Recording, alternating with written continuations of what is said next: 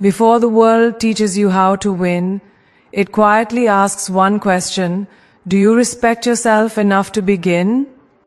Stay with me until the end. The final lessons will truly change your perspective.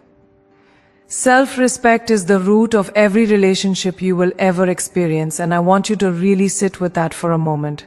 Because before love reaches you, before success recognizes you, before the world decides how carefully it will handle your heart, it watches how you handle yourself in the quiet moments no one applauds, in the choices you make when it would be easier to settle, shrink, or stay silent.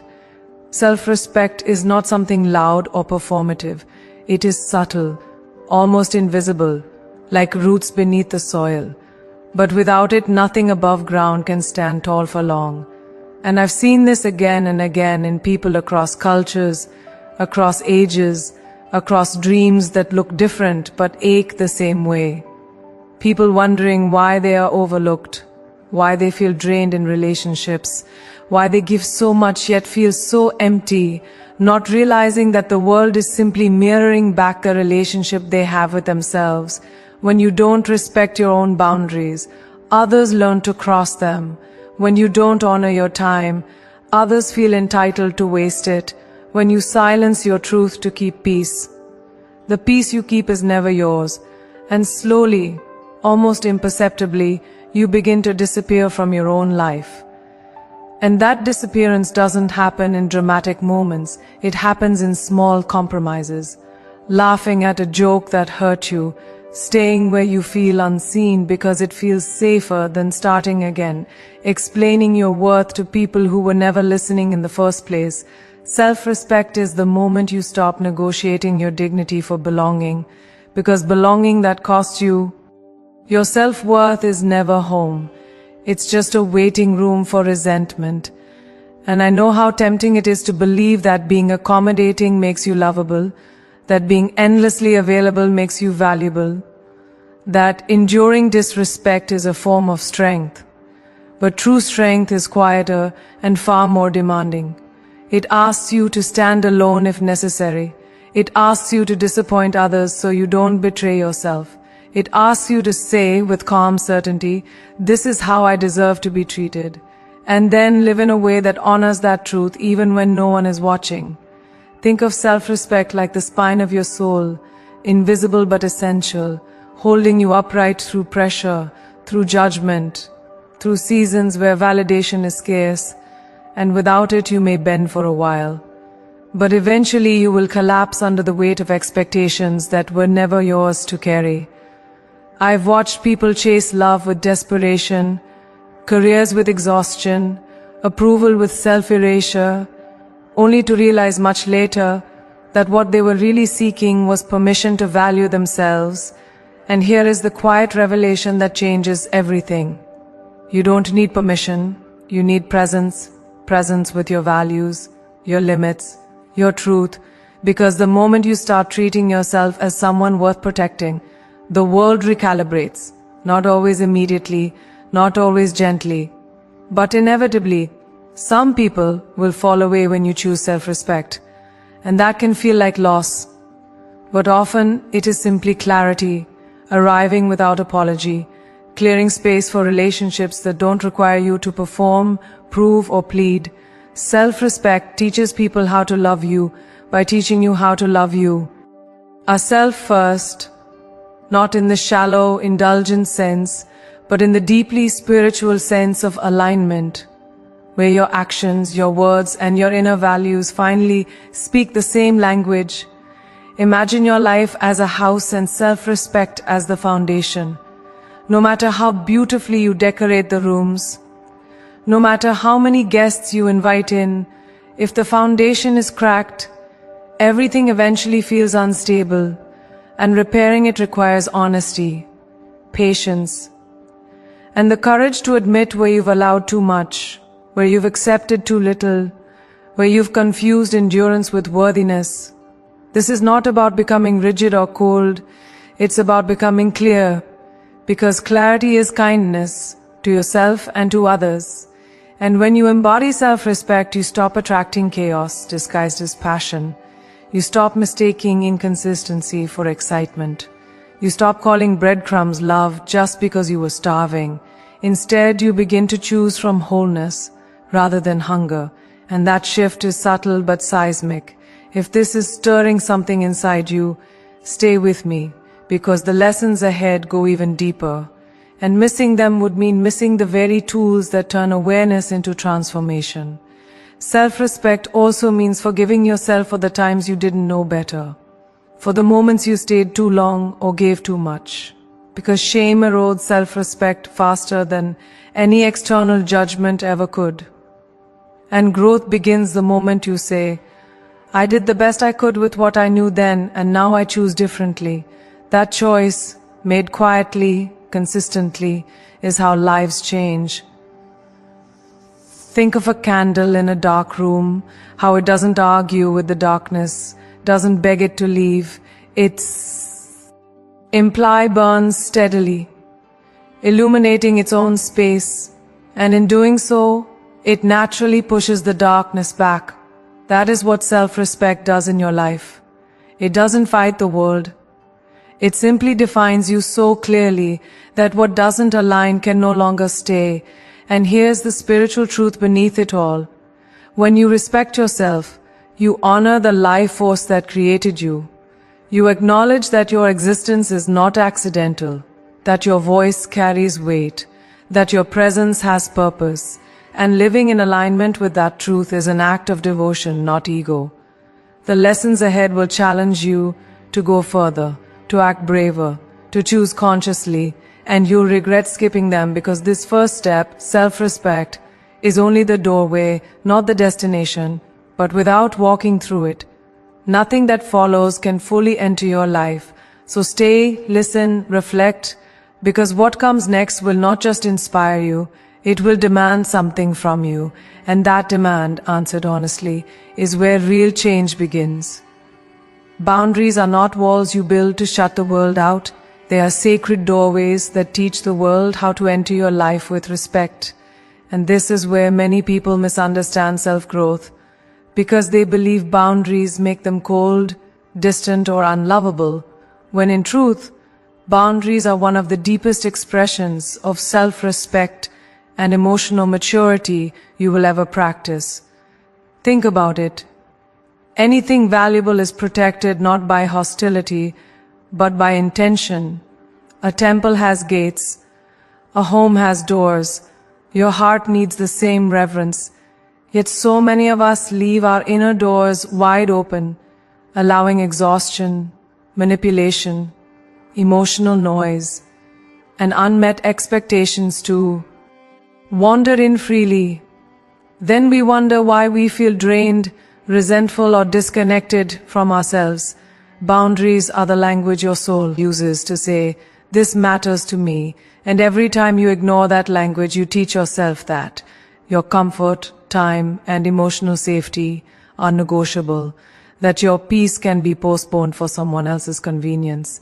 And slowly, almost invisibly, you begin living a life that looks fine on the outside but feels heavy on the inside. I've seen people who give endlessly, who pride themselves on being available, accommodating, endlessly understanding, yet behind closed doors they are tired in a way sleep can't fix. Because burnout doesn't come from doing too much. It comes from doing too much of what costs you your sense of self. And boundaries are how you stop that quiet erosion. Setting a boundary is not a rejection of others. It is an acceptance of yourself. And yes, at first it feels uncomfortable, because you are unlearning patterns that once kept you safe, people-pleasing, silence, over-explaining. But discomfort is often the doorway to growth, not a sign you're doing something wrong. Imagine your energy like water in a glass. When you keep pouring it out without refilling, the glass eventually cracks. Boundaries are how you learn to pour consciously, to give without disappearing, to love without self-abandonment. And this is a spiritual practice as much as it is an emotional one. Because honoring your limits is how you honor the life force moving through you. Some people will resist your boundaries, Not because they are unreasonable, but because they benefited from you having none. And that resistance can be painful, especially when T comes from people you love. But hear this clearly. Any relationship that requires you to betray yourself to keep it is already costing you too much. Boundaries reveal truth. They clarify dynamics. They show you who respects you and who only respected your availability. And while that clarity can feel like loss at first, it is actually liberation in disguise. If this is resonating, stay with me, because the lessons ahead go even deeper. And missing them would mean missing the tools that turn awareness into real, lived change. Boundaries also teach you how to listen to your inner signals.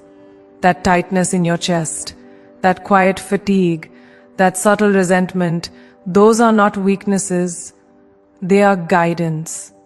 Your body and spirit communicating long before your mind catches up.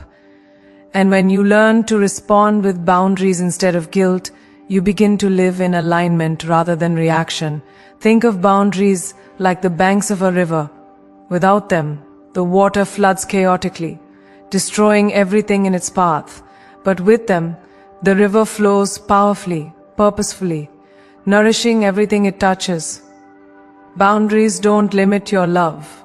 They direct it. They allow your energy to move where it can actually grow something meaningful. Many people fear boundaries because they confuse them with confrontation. But most boundaries are quiet, internal decisions before they are ever external conversations. They are choices like leaving earlier, replying later, saying no without an essay, choosing rest without apology. And these small, consistent acts rewire your relationship with yourself. Spiritually speaking, boundaries are how you move from self-sacrifice to self-honor, from martyred to mindfulness, because you were never meant to be consumed by the world. You were meant to participate in it consciously. And here's the paradox. When you respect your own limits, people actually feel safer around you, because clarity creates trust, unpredictability creates anxiety, and a person who knows their yes and honors their no becomes someone others can rely on without confusion or resentment. If you're thinking this sounds simple but feels hard, you're right, because boundaries challenge the old identities we cling to. The nice one, the strong one, the always available one. But growth often requires shedding roles that no longer serve who you are becoming. The lessons ahead will ask even more courage of you, so don't leave now, because what's coming is where boundaries evolve into self-mastery. Remember, boundaries are not about controlling others, they are about controlling your participation. You cannot change how people behave, but you can choose what you allow. And that choice is where your power lives. When you stop arguing with reality and start honoring your truth, something shifts. Your nervous system calms, your intuition sharpens, your life begins to feel less chaotic and more intentional, not because the world changed, but because you did. Think of boundaries as promises you keep to yourself, and every time you keep one, no matter how small, you strengthen your self-trust. And self-trust is the foundation of confidence, peace, and purpose. If you skip the lessons that follow, you'll miss how this foundation supports everything else. Discipline, courage, gratitude, meaning. So stay, because this journey is building towards something much bigger than comfort. Boundaries also teach you patience, because not everyone will adjust immediately. Some relationships will require time, others will quietly dissolve, and both outcomes are teachers, guiding you toward alignment rather than attachment. There is a deep spiritual humility in accepting that you cannot be everything to everyone, and you are never meant to be. Your role is not to carry the emotional weight of the world, but to carry your own life with integrity. When you practice boundaries, you stop leaking energy into places that don't nourish you, and suddenly you have more presence for what truly matters: your growth, your creativity, your healing, your joy. This is why boundaries feel like freedom once you get past the fear. Because freedom is not the absence of responsibility, it is the presence of choice. And as we move forward, remember this: what comes next will challenge you to act on these insights, not just understand them. And you will regret missing it, because understanding without action keeps you stuck in the same cycles with better vocabulary. So stay with me, reflect deeply, and allow this truth to land fully. Boundaries are not barriers to love.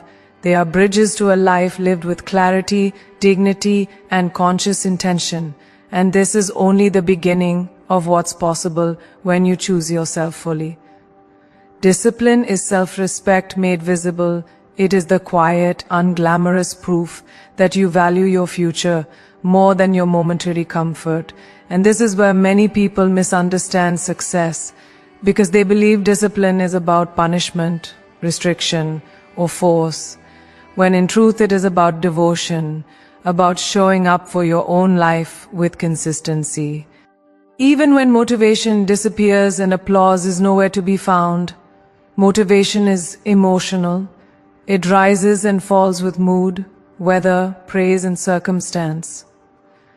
But discipline is spiritual. It is rooted in identity, in the deep decision that this is who I am, and this is how I honor that.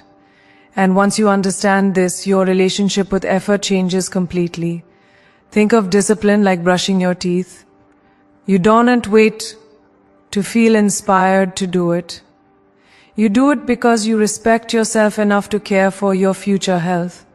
And in the same way, the small daily actions you take toward your goals are not dramatic acts of heroism.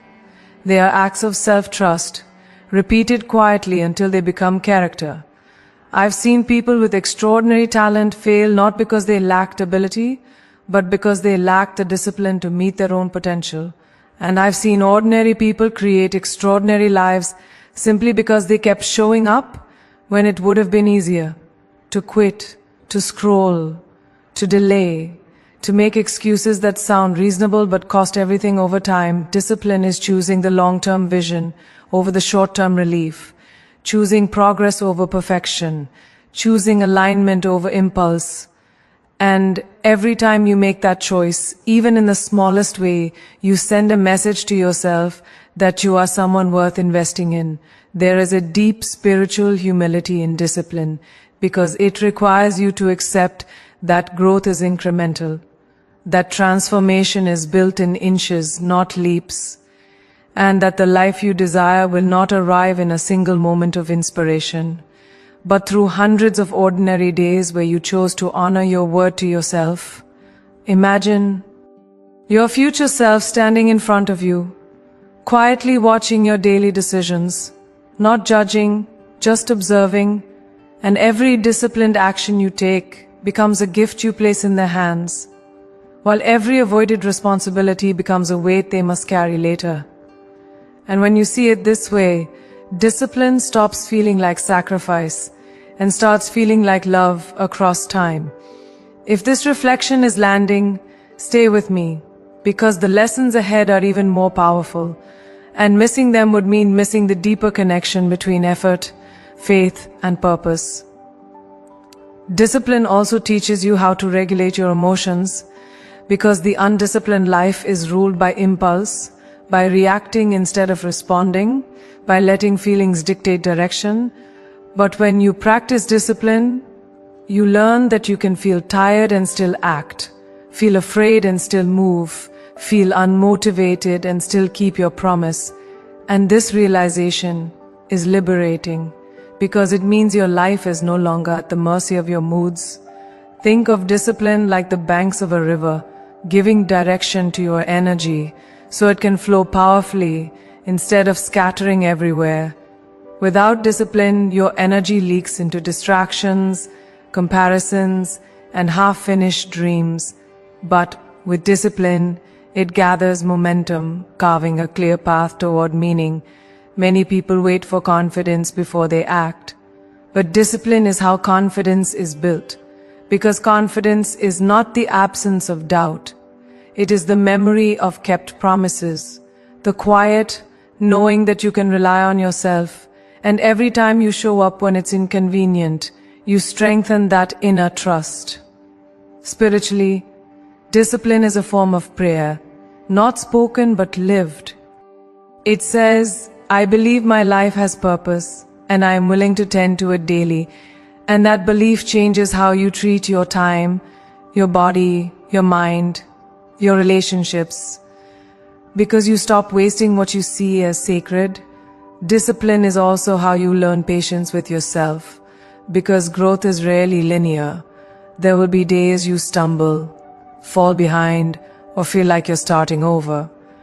But discipline is not about never failing, it's about returning again and again to your commitment without self-contempt. Because shame breaks discipline faster than failure ever could. If you're tempted to stop listening now, don't. Because what comes next will show you how discipline evolves into inner freedom. And you'll regret missing that shift. Discipline simplifies life. Because when your non-negotiables are clear, you spend less energy deciding and more energy creating. You wake up knowing what matters, and that clarity reduces anxiety in ways motivation never could. Think about the areas where you feel most chaotic or stuck, and you'll often find a lack of structure, a lack of consistent care. Discipline brings order not by controlling you, but by supporting you. Like scaffolding around a building under construction, temporary but essential, and here's the quiet miracle of discipline. Over time, what once felt hard becomes natural, what once required effort becomes identity, and suddenly you are no longer forcing yourself to act. You are simply being who you've practiced becoming. This is why discipline is deeply tied to self-respect, because you do not abandon what you respect, you show up for it. Protect it, nurture it. Even when it's inconvenient, the lessons ahead will ask why. Oh, to take this discipline beyond habits and into courage, gratitude, and purpose. So stay, because stopping here would mean mistaking the foundation for the destination. Remember, discipline is not about becoming someone else. It is about returning to who you said you wanted to be, again and again, until your actions and your intentions finally align. When you live this way, life starts responding differently. Opportunities meet preparedness. Effort meets grace, and slowly, quietly, the life you once hoped for begins to recognize you. So keep listening, keep reflecting, because this journey is building towards something greater. And the next lessons will challenge you not just to do more, but to live with deeper intention. And that is where discipline transforms into destiny. At some point in your life, often without realizing it, you learn to wait for approval, for validation, for permission to take up space, to speak boldly, to choose differently, to become who you already feel you are inside. And this waiting feels polite, responsible, even wise. But slowly it turns into a quiet cage, because the truth is no one is coming to officially authorize your becoming. The world does not send handwritten invitations that say, now you may begin. And the longer you wait, the more your dreams start to feel distant, unrealistic, almost embarrassing.